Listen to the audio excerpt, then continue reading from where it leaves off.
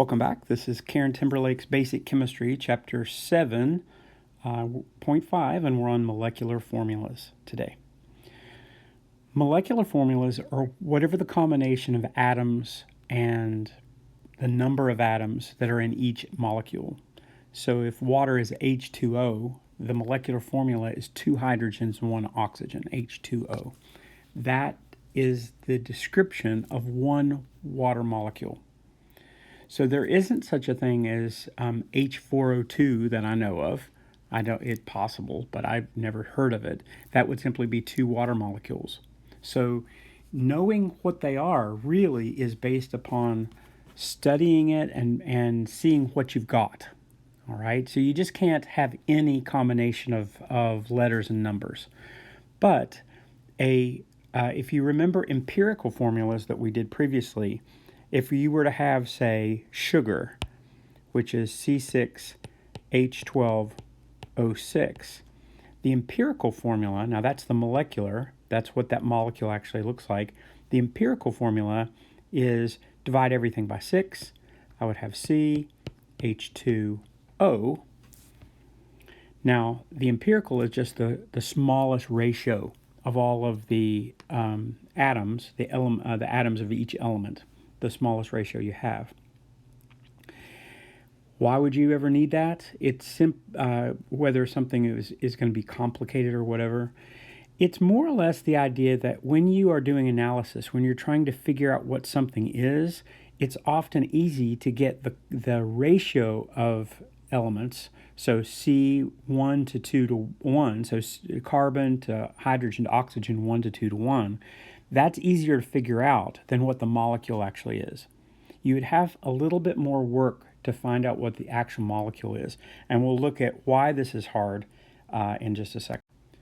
So the molecular formula is either the empirical formula, like H2O, okay, that's the smallest ratio, and it happens to be what the molecule is, or it's a multiple of the empirical. So in the case that we just did of CH2O, if I multiply everything by 2, or everything by 3, or everything by 4, it's possible that that could be the molecular formula. I would have to have a little bit more information. I'd have to have what the mass of the molecule would weigh so that I could figure out which of these multiples to use, because there's more than one. So if you take the molar mass, which is the weight of the whole molecule, and you divide by the mass of the empirical, okay, so let's look at this. C6H12O, okay, 6. If I were to take the mass of this, whatever this is, and then divide by the mass of this, what am I going to get? Well, because I've given it to you this way, it may be kind of cool to you, but I don't even need numbers. C divides into C6 6 times. H2 divides into H12 6 times, and O divides into O6 6 times. So the number would then be 6. So what we're going to do is we're going to, if we're given the weight of the molecule, the molar mass of the molecule, and we can find out the empirical, then you divide the empirical into the molar mass, and this number is the number you multiply each of these by in order to get the number you're after. The molecular mass is what the molecular formula is what we're after. I could figure out the empirical formula a little bit easy. I can't figure out necessarily the molecular formula, but if I have the empirical, I know that the empirical divides equally into the molecular formula, either one time or more than one time as a multiple. So your molecular formula divided by, so this is divided by, your empirical formula is some small integer, okay? So that small integer is the same thing that the molar mass is divided by to give your empirical mass. So the molar mass, whatever the mass of the molecule is, divided by the empirical mass of that formula is the same number. Okay, for that reason, we can use this in order to figure out a problem that otherwise we couldn't figure out. And I'll try to do a couple for you. So in this table, we've got it's showing you that you can have lots of different molecules that can reduce to the same empirical formula. So if you were to have this one, C4H8O4, 4 fits into all of those. So C goes down to 1, H to 2, O to 1, and all of these would reduce to the same empirical formula. So going from molecular to empirical is easy, no big deal. Going the other way, I don't know what to multiply by, because you could multiply by a number of things. So what we're going to need is we're going to need to know the molecular mass so that I can find the empirical mass and divide the empirical mass into it.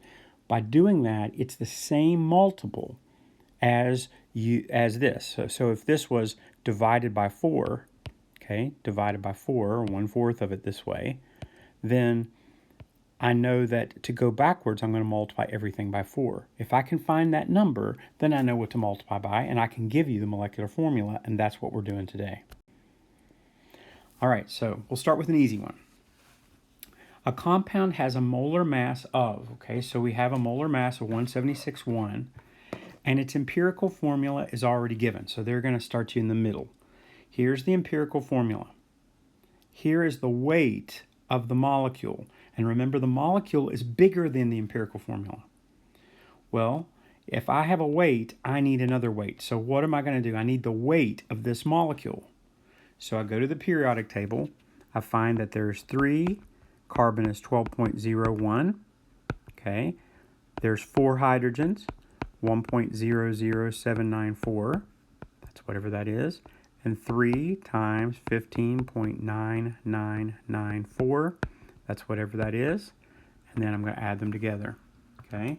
So 3 times 12.01, 36.03.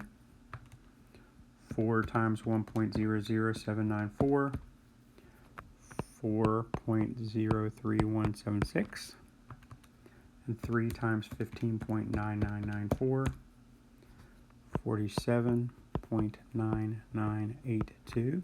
Now add them up. 4.03176 plus 6.0. I've got 88.05996. Okay. Now I've got 2 weights now. Here's a weight and here's a weight. This is in grams, this is in grams. Is it the same number? Nope, they're not the same number. That means if this were the same number, then this would be the molecular formula and also the empirical formula. Okay, it would be already reduced. But it looks like I can fit more than 188 into 176. It looks like a 2. So let's see. 176.1 divided by 88 point, I can't see it, 0.05996. Okay.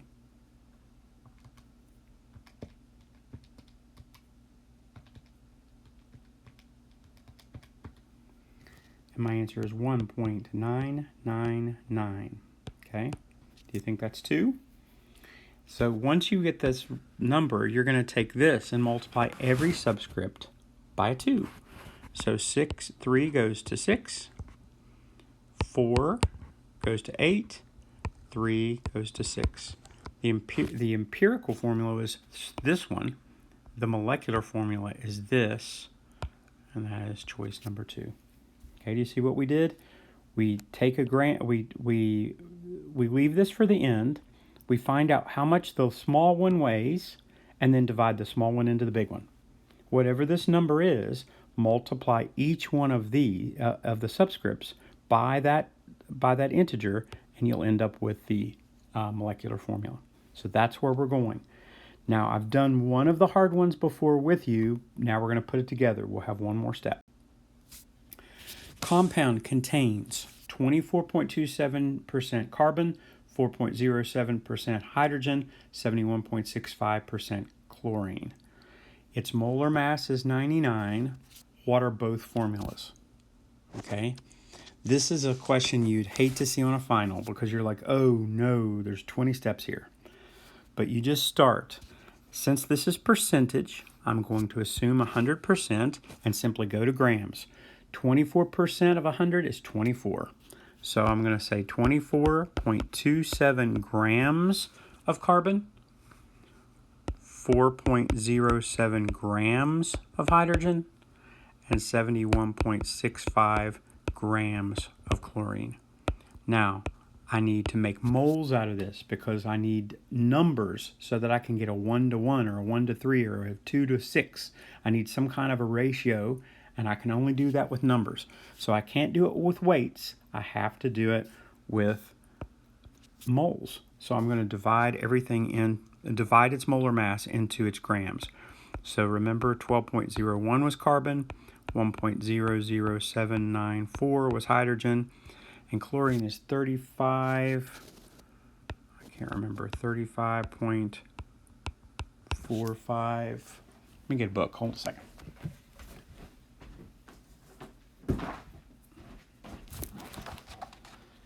$35.453. All right, now I can find moles. Once I have moles, I've got numbers.